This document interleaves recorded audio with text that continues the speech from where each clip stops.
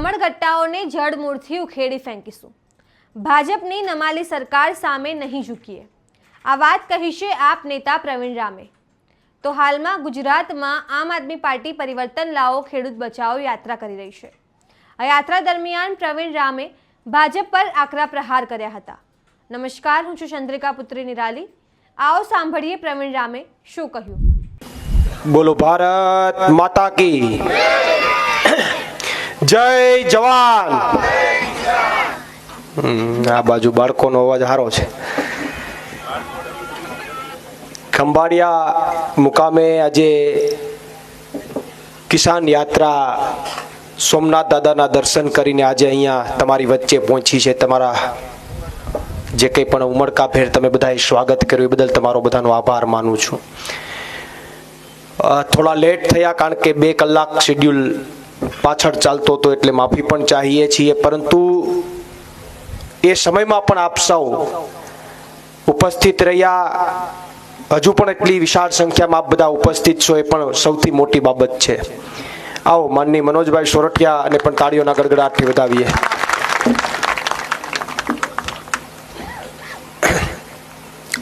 તારીખથી આ કિસાન યાત્રા સોમનાથ દાદાના દર્શન કરીને નીકળી છે ને આજે તમારી વચ્ચે છે। અત્યારે મંચ ઉપર ઉપસ્થિત ખેડૂતો માટે જેને હરમેશ અવાજ ઉઠાવ્યો છે, ખેડૂતોના જેમને મસીહા કહી શકાય અને મહામંથનના માધ્યમથી સમગ્ર ગુજરાતમાં જેમણે એક અનેરું નામ ઊભું કર્યું અને તમારા વિસ્તારને જેનો મોકો મળ્યો છે, તમારા વિસ્તારના જેમને જે દીકરો છે એવા માનની ઈશુદાનભાઈ ગઢવી ને પણ આપણે તાળીઓના ગડગડાટથી વધાવીએ, કારણ કે તમારે તો ગૌરવ લેવા જેવી બાબત છે। તમારા વિસ્તારમાંથી જન્મેલા એ વ્યક્તિ આખા ગુજરાતની અંદર તમારા વિસ્તારનું નામ રોશન કર્યું છે। સાથે સાથે આમ આદમી પાર્ટીના મજબૂત સાથી અને વર્ષોથી આમ આદમી પાર્ટીને મજબૂત બનાવવા માટે અથાગ પ્રયત્ન કરનાર એવા મનોજભાઈ સોરઠિયા, ભાઈ પ્રકાશભાઈ ડોંગા અને અહીંયાની તમામ ટીમ, જિલ્લા પ્રમુખ, તાલુકા પ્રમુખ અને આખી આમ આદમી પાર્ટીની સમગ્ર ટીમ જે પહેલી હરોળમાં બેઠા અને છેલ્લી, મને ઘણા બધાના નામ પણ ખબર છે પણ 2 નામ લઈશ ને 2 નામ નહીં લઈશ તો પાછું એ વળી બધાના ખબર નહીં હોય, એટલે તમામ મિત્રો અને એના કરતા વિશેષ અહીંયા જે ઉપસ્થિત તમામ લોકો છે બધાને હું આવકારું છું। મહત્વની વાત, મહત્વના મુદ્દાઓની ચર્ચા કરવા આવ્યા છે। મારા ખેડૂતોની વચ્ચે હું આવ્યો છું કારણ કે મને ઉત્સાહ છે, મને આનંદ છે કે ગુજરાતના ખેડૂતો માટે 108 દિવસની જેલ કાપીને આવ્યા બાદ હું યાત્રાના મારફત હું તમારી વચ્ચે આવ્યો છું।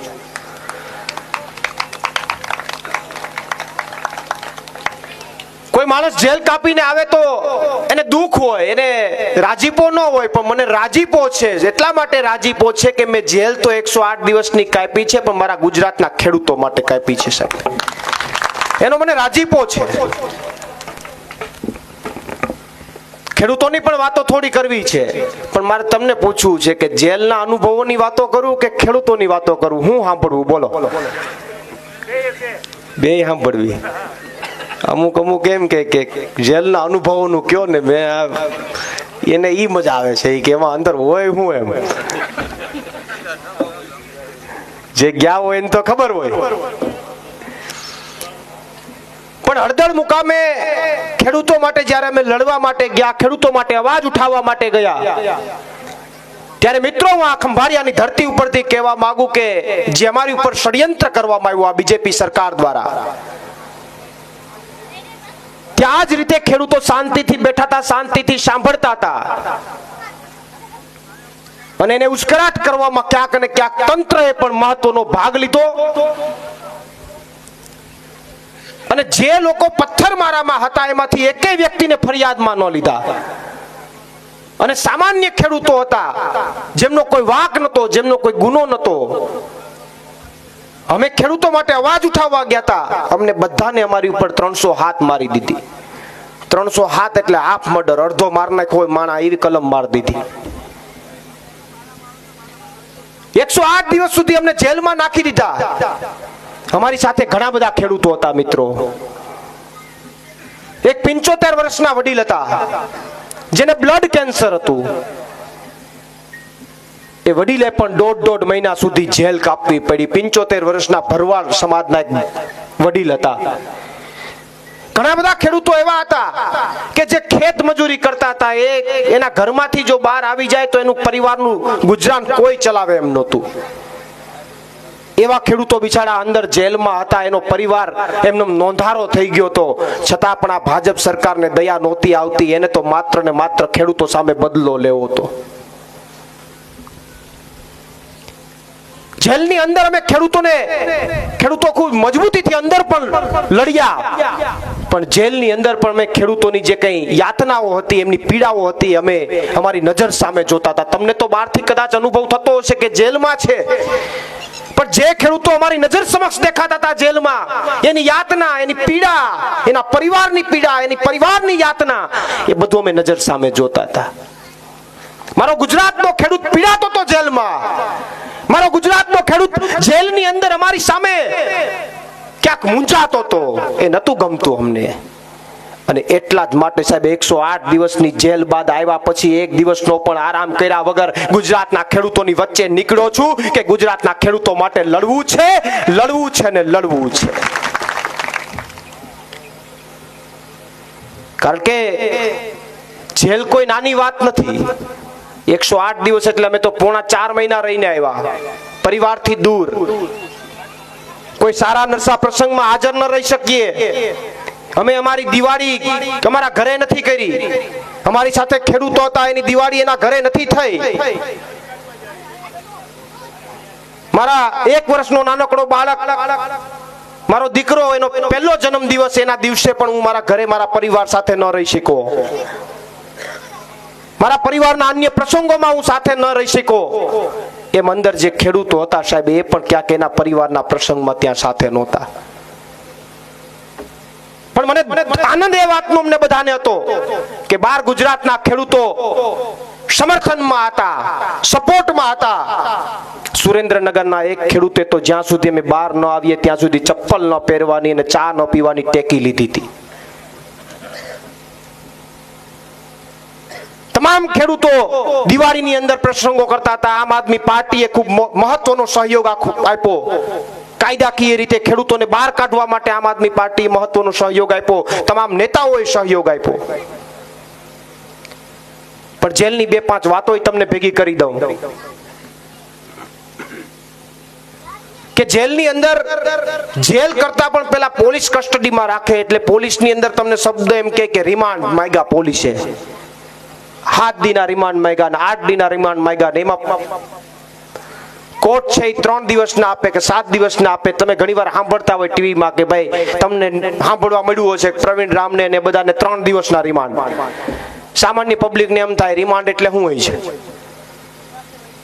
પણ રિમાન્ડ એટલે કે પોલીસ કસ્ટડીમાં તમને રાખે, જેલમાં ન રાખે. તમે પોલીસ સ્ટેશન જાઓ તો ઓલી નાની એવી કોટડી હોય હળિયાવાળી, એમાં તમારે રહેવાનું હોય. પણ એ પોલીસ કસ્ટડી થોડી અઘરી હોય, કારણ કે નાની એવી કોટડી હોય, 4 દિવાલ, અંદર ને અંદર સંડાસ બાથરૂમ હોય, એકદમ ગંદકી હોય, મચ્છર હોય, માખીઓ હોય, નીચે કઈ પાથરવાનું હોય નહીં.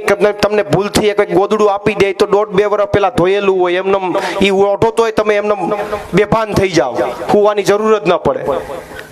જે ગયા હશે ને અનુભવ કર્યો હશે ને ખબર હશે. અને એમાં પણ કોટડીમાં અંદર હોય તો બહારથી લોકો અવર જવર કરતા હોય એટલે તમને એ થોડોક અહેસાસ થાય તમને અંદર કે તમે કેમ કોઈનું ખૂન કરી નાખ્યું પૂરી દીધા હોય. તમારા ભેગા કોક દારૂડિયા પણ હુતા હોય, બધો વકલનો માલ પડ્યો હોય, ત્યાં તમામ વકલનો માલ પડ્યો હોય. તો એ કસ્ટડી અઘરી હોય. પછી તમને જેલમાં લઈ જાય તો જેલમાં ઘણી બધી પ્રોસેસો આવે. ઝડતી થાય, એનો શબ્દ ઝડતી છે. તમને ચેક કરવામાં આવે. તમે કઈ અંદર લઈ નથી જતા ને તમાકુ કે સિગરેટ કે બીડી કે માવો કે એવું કઈ લઈ નથી જતા, એ બધું ચેક કરવામાં આવે. ચેક કરીને તમને અંદર તમારી બેરેક ફાળવવામાં આવે. એનો શબ્દ બેરેક હોય. એટલે બેરેક એટલે વન ટાઈપ ઓફ તમને કોટડી અથવા હોલ કેવું હોય, એમાં તમને બેરેક ફાળવી દે. પણ એમાં પથારી ટૂંકમાં તમને ગાદલું ન મળે, ખાટલો ન મળે, એવી કોઈ વ્યવસ્થાઓ ન હોય. 4 દિવાલોની વચ્ચે રહેવાનું હોય. જ્યાં સુધી જામીન ન મળે ત્યાં સુધી બહારની દુનિયાથી અલિપ્ત થઈ જવાનું હોય. ફોન બોન ભૂલી જવાનો, બહારની દુનિયા શું છે ખબર ન પડે. બપોરનું જમવાનું સવારે 8 થી 9 વાગે આવી જાય, સાંજનું જમવાનું 3:30 4 વાગે આવી જાય, ખાવું હોય તો ખાવાનું, બાકી મૂકી દેવાનું, ઠંડુ ખાવાનું. આ બધી યાતનાઓ છે, પીડાઓ છે. પણ એના કરતા મોટી પીડા એ હોય છે કે તમને તમારા કરતા પણ એ પીડા થતી હોય કે પરિવાર શું કરતો હશે. પરિવાર તો ચિંતામાં નહીં હોય ને, મારા ગુજરાતના ખેડૂતો તો ચિંતામાં નહીં હોય ને. અમે આ બધું નજર સમક્ષ જોઈને આવ્યા છીએ, જેલની અંદર પણ જોઈને આવ્યા, જેલની બહાર પણ શું પીડા હશે એની ચિંતા પણ અમે કરતા હતા. પણ સાહેબ એટલું ચોક્કસથી કહું કે 108 દિવસ જે કંઈ પણ પીડા પડી, 108 દિવસ જે કંઈ પણ ભોગવવું પડ્યું એ તમારા માટે ભોગવી લીધું છે, મારા ગુજરાતના ખેડૂત માટે ભોગવી લીધું છે. પણ આ નમાલી ભાજપની સરકારની સામે મેં શીશ ઝુકાવ્યું નથી, એનું મને ગૌરવ છે.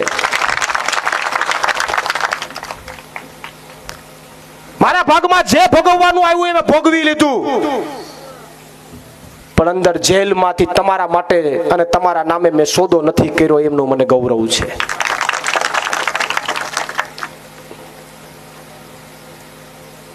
અને બહાર નીકળ્યા બાદ ખેડૂતોના જેટલા પણ મુદ્દાઓ છે, તમારા જેટલા પણ મુદ્દાઓ હોય, બિયારણના મુદ્દાઓ હોય, દેવા માફીના મુદ્દાઓ હોય, અહીંયાના તમારા લોકલ ઘણા બધા મુદ્દાઓ છે, હાઈ ટેન્શન લાઈનના મુદ્દાઓ હોય, તમારા અહીંયા પવન શક્તિના ઘણા બધા મુદ્દાઓ છે, ગેસની લાઈન કંઈક નીકળે છે, તો અહીંના ઘણા બધા સ્થાનિક મુદ્દાઓ છે, આખા ગુજરાતના ખેડૂતના મુદ્દાઓ છે. અને હમણાં અમેરિકા અને ભારતની જે ડીલ થઈ છે એમાં પણ ગુજરાતના ખેડૂતને નુકસાન થવાનું છે. આ તમામ મુદ્દાઓને લઈને સોમનાથ દાદાના દર્શન કરીને અમે આ યાત્રાની શરૂઆત કરી છે. 8મી તારીખે આ યાત્રા ગાંધીનગર પહોંચવાની છે. મહાસભા ખેડૂતો માટેની ગાંધીનગર 8મી તારીખે થવાની છે અને એમની અંદર માનનીય અરવિંદ કેજરીવાલજી પણ ઉપસ્થિત રહેવાના છે. સોમનાથ દાદાના દર્શન કરીને એટલા માટે સાહેબ કે ભગવાન ચંદ્ર એને જ્યારે શ્રાપ આપ્યો ત્યારે એને શ્રાપમાંથી મુક્તિ મેળવવા માટે પ્રભાસ ક્ષેત્રમાં આવીને તપ કર્યું હતું.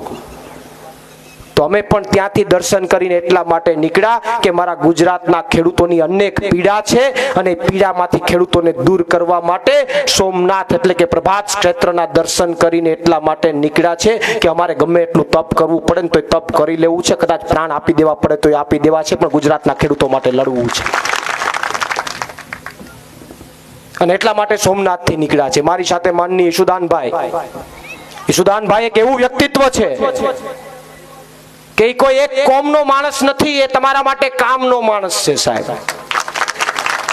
એ કોઈ એક કોમનો માણસ નથી, તમારા માટે કામનો માણસ છે. અને જેણે તમારા વિસ્તારનું ગૌરવ આખા ગુજરાતમાં વધાર્યું છે.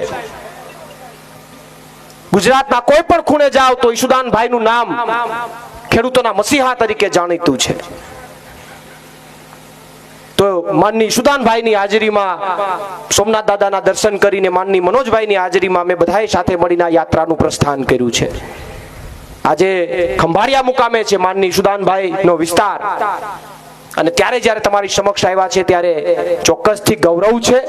એક વાતનો રાજીપો અને એક વાતનું ગૌરવ એ પણ છે કે 108 દિવસ તો અંદર જે કંઈ પણ અમે ભોગવું, જે કંઈ પણ પીડાઓ ભોગવી, પણ 108 દિવસની જેલ બાદ આ યાત્રાના માધ્યમથી મારા ગુજરાતના ખેડૂતોની વચ્ચે જવાનો મને મોકો મળ્યો છે, એનું મને ગૌરવ છે. 108 દિવસની અંદર મેં નમતું ભાજપની સામે નથી જોખ્યું, એનું મને ગૌરવ છે, એનો મને પોરહ છે. અને હજુ પણ કદાચ તમારા માટે અને ગુજરાતના ખેડૂતો માટે લડવું પડે તો આ પ્રવીણ રામની તૈયારી છે, એનું પણ મને ગૌરવ છે સાહેબ. એટલે વિશેષમાં વધારે ચર્ચા ન કરતા, સમય ઘણો બધો વીત્યો છે. ભવિષ્યમાં પણ આપની સમક્ષ આવીશું, આપની સાથે વાતો કરીશું, ચર્ચા કરીશું. પણ આવનારા દિવસોમાં ગુજરાતના ખેડૂતોને ખરાબ દિવસો ન જોવા પડે, ગુજરાતના ખેડૂતો માટે સારા દિવસો આવે, એના માટે જ્યાં બાથ ભીડવી પડે ત્યાં બાથ ભીડવા માટે અમારી તૈયારી છે. અને હવે બાથ નથી ભીડવી, હવે તો આ બધાને આ કમળગટ્ટાઓને જે ઉખેડીને ફેંકી અને પરિવર્તન લાવો, આમ આદમી પાર્ટીની સરકાર બનાવો, આમ આદમી પાર્ટીની તાલુકા પંચાયત અને જિલ્લા પંચાયત બનાવો, એ સંકલ્પ સાથે અને વાત લઈને હું તમારી વચ્ચે આવ્યો છું. એ જ વાત સાથે મારી વાણીને વિરામ આપું છું. આભાર. બોલો ભારત માતા કી જય. જવાન જય જવાન. તો જેમ તમે પ્રવીણ રામની વાત સાંભળી, તમે તેમની વાતથી કેટલા સહેમત છો, શું વિચારો છો, કમેન્ટ કરીને જણાવો. અત્યાર માટે બસ આટલું જ. સમાચારને લગતી વધુ અપડેટ્સ માટે અમારી વેબસાઇટ www.gujaratplus.in પર પણ માહિતી મેળવી શકો છો. ધન્યવાદ.